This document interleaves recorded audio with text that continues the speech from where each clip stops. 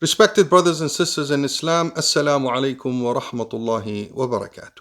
In the past couple of years, we've seen some serious activities in some district school boards in Ontario, such as Halton District School Board, Peel District School Board, even in Ottawa, mainly where we have large concentration of Muslim students. These activities were focused on promoting the idea of Islam and homosexuality.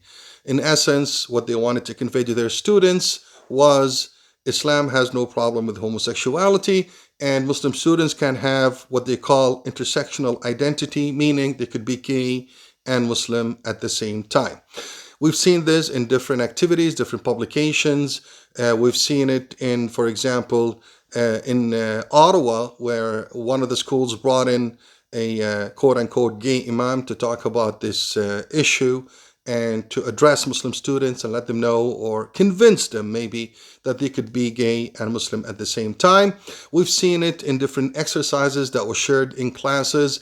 We've seen it in the posters that were used last year, for example, in Oakville schools that showed gay couples, and they were obviously Muslims from their attire, from their dress.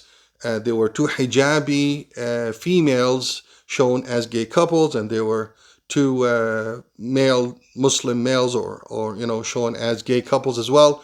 So the idea here is there is some heavy focus on Muslim students to convince them that it is okay to be gay and Muslim. And we've addressed this issue in several videos.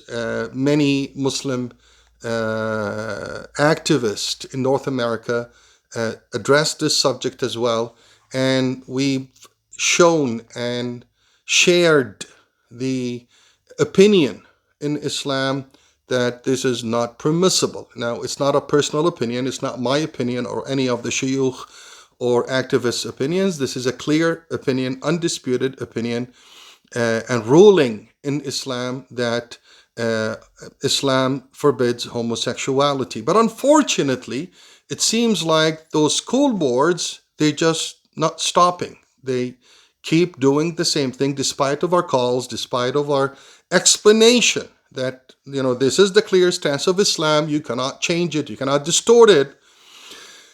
Recently, just a couple of weeks ago, there was an exercise shared or presented to Muslim students, to all students, but, specifically to Muslim students in some schools in Halton region.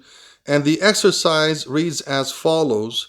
It says, Farzana identifies as a pansexual transfemme Muslim and uses they, them pronouns. Farzana has recently come out to their friends as transfemme and asked some of their friends to remind people to use the right pronouns. One of their friends corrected a boy in their class when he used the wrong pronouns. The boy laughed and said, "What do you mean? He cannot even be gay. He's Muslim." This is the story, and then they ask a question.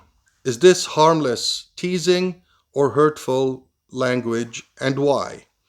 When I searched this exercise, I realized that it came from a resource from a website called GLSEN, and this website focuses on exercises to students. It provides resource to teachers to basically promote the LGBTQ community's rights, which we understand, and we understand the reliance of the schools on such resources.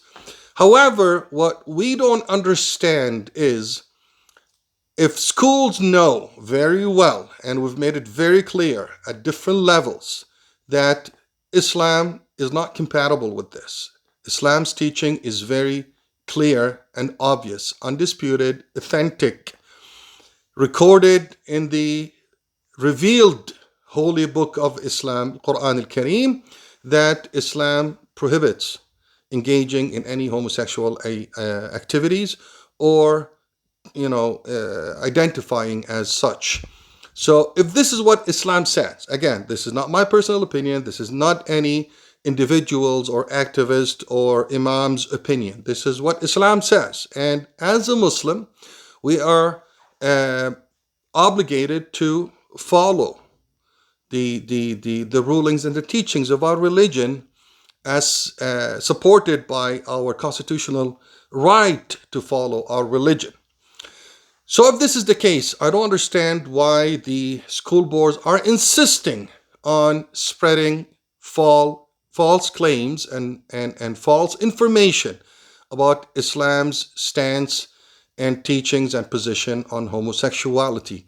People can choose whatever they want to do. However, we are asking for mutual respect. We are asking for inclusion for Muslim students, and we're asking school boards to stop attacking Islam and making Muslim students uncomfortable. When you present such exercises to them, you're making them uncomfortable. They know from what they grew up with, they know from the authentic resources that Islam prohibits engaging in homosexual activities. And then the school is insisting on presenting false ideas, false claims, false information. So I really don't know what's going on, and I don't know why is the school insisting, or the school boards are insisting on this. However, based on this latest exercise, we have decided to voice ourselves again and express our feelings to the school boards, because many parents approached us and complaining about this. They're having, students are feeling attacked. They're feeling that their rights are being violated. Their religion is being attacked. It's being undermined when an unqualified person in Islamic studies, such as their teachers, is conveying such false information. So what we're trying to do here is we want to help parents take the right action to protect their rights. We drafted a letter to help parents communicate or contact their school administration and express their feelings in rejecting any kind of spreading false information about Islam, any kind of undermining the belief and religion of Muslim students, and any violation of Muslim students' rights of adhering to their religion as it's explained through the authentic sources. So I invite you all to visit that link, download that letter, copy it, paste it, and send it to the administration office of the schools where your kids go, if your kids have been subjected to such a violation of their rights. So, as I said, many parents asked us what to do. So we're trying to help out here, and we drafted a letter that could explain your position as Muslim parents and the position of your children as Muslim students.